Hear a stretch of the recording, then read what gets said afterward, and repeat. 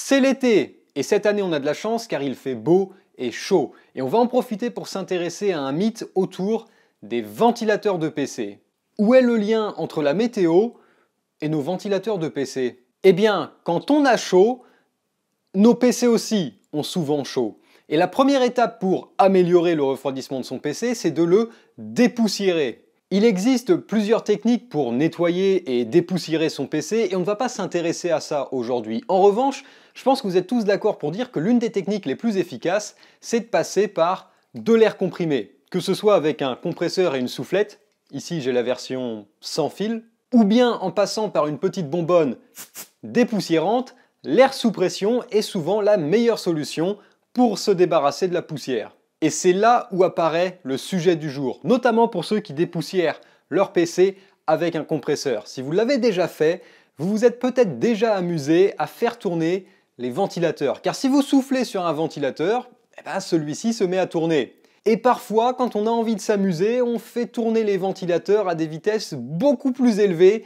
que ce pour quoi ils ont été conçus. Et c'est là où notre mythe du jour apparaît. Car certains disent qu'en faisant tourner votre ventilateur, celui-ci peut alors produire de l'électricité qui peut être envoyée sur la carte mère, ce qui peut alors détruire la carte mère de votre PC.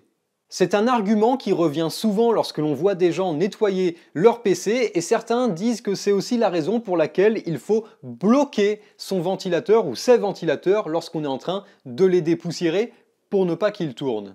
Mais aujourd'hui, j'ai envie d'explorer un petit peu plus le sujet, car il est vrai qu'un moteur électrique, lorsqu'on le tourne, produit de l'électricité. Et un ventilateur, c'est avant tout un moteur. Donc ça peut paraître assez cohérent. Sauf que, comme on l'a vu dans une vidéo précédente, d'ailleurs je vous mets le lien dans les fiches, un ventilateur, c'est plus qu'un simple moteur. Il y a de l'électronique à l'intérieur qui permet de piloter ce moteur et qui, théoriquement, devrait empêcher le ventilateur de fonctionner comme générateur et potentiellement de détruire la carte mère. Mais bien sûr, il n'y a qu'une seule façon de savoir, c'est de faire des tests. La bonne nouvelle, c'est que ça va être l'occasion de ressortir l'oscilloscope et de voir ce qu'il en est.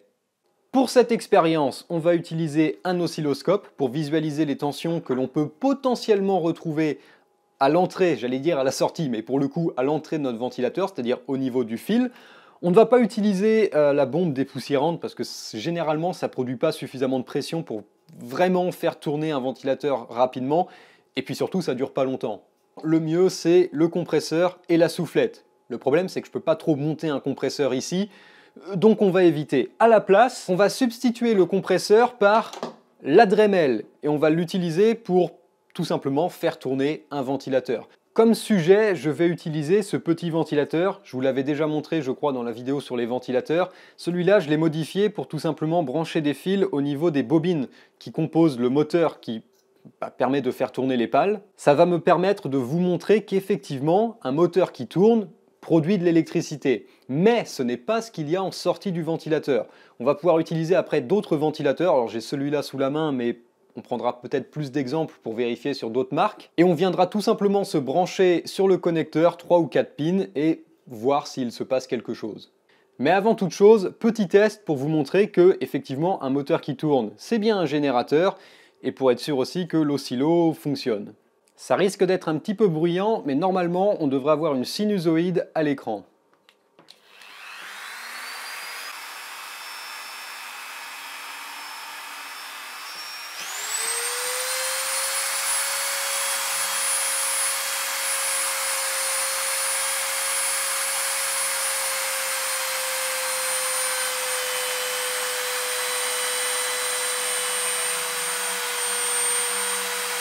Sans surprise, quand on fait tourner un moteur, il produit de l'électricité. Maintenant, est-ce que l'on a quelque chose en sortie du ventilateur? Est-ce que l'on a quelque chose qui est renvoyé sur la carte mère?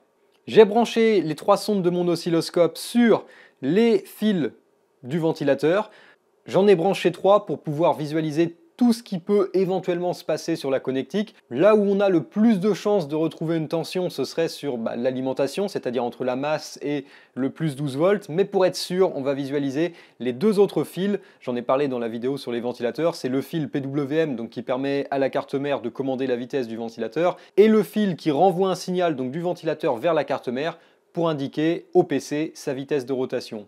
C'est reparti, s'il y a une tension qui apparaît, on devrait la voir immédiatement à l'oscilloscope.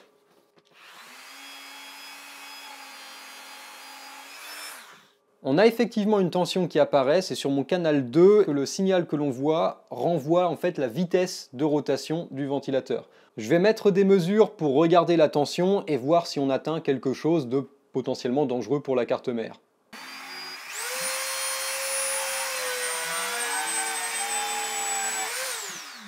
Ça sent un petit peu le brûlé. Bonne nouvelle, il n'y a rien qui devrait casser votre carte mère. En tout cas, pas avec ce ventilateur. Le signal qu'on avait n'a pas dépassé 2 volts, pas d'inquiétude. Maintenant, on va tester sur un autre ventilateur.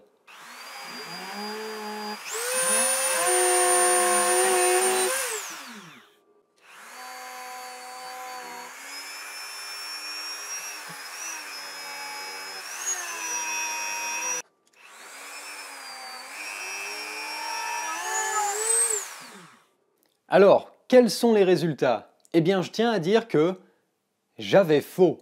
Effectivement, un ventilateur, quand on le fait tourner, notamment à une vitesse excessive, peut produire une tension élevée. Et j'ai été extrêmement étonné de voir que les pires ventilateurs, enfin les pires, c'est pas forcément un critère d'évaluation, mais ceux qui ont produit le plus de tension, sont les ventilateurs auxquels je ne m'attendais pas, à savoir celui de chez Be Quiet et celui de chez Corsair. Notamment sur celui de chez Corsair, j'ai eu jusqu'à 24 volts de produit par le ventilateur. Je ne m'attendais pas à ce résultat, j'aurais juré qu'un ventilateur ne pouvait pas produire de tension et renvoyer quelque chose à la carte mère, mais j'avais faux.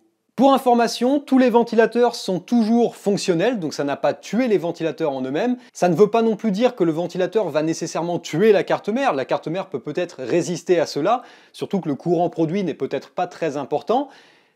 Mais quand même, je déconseillerais de faire tourner un ventilateur lorsqu'on nettoie son PC avec sa soufflette à une vitesse bien trop élevée.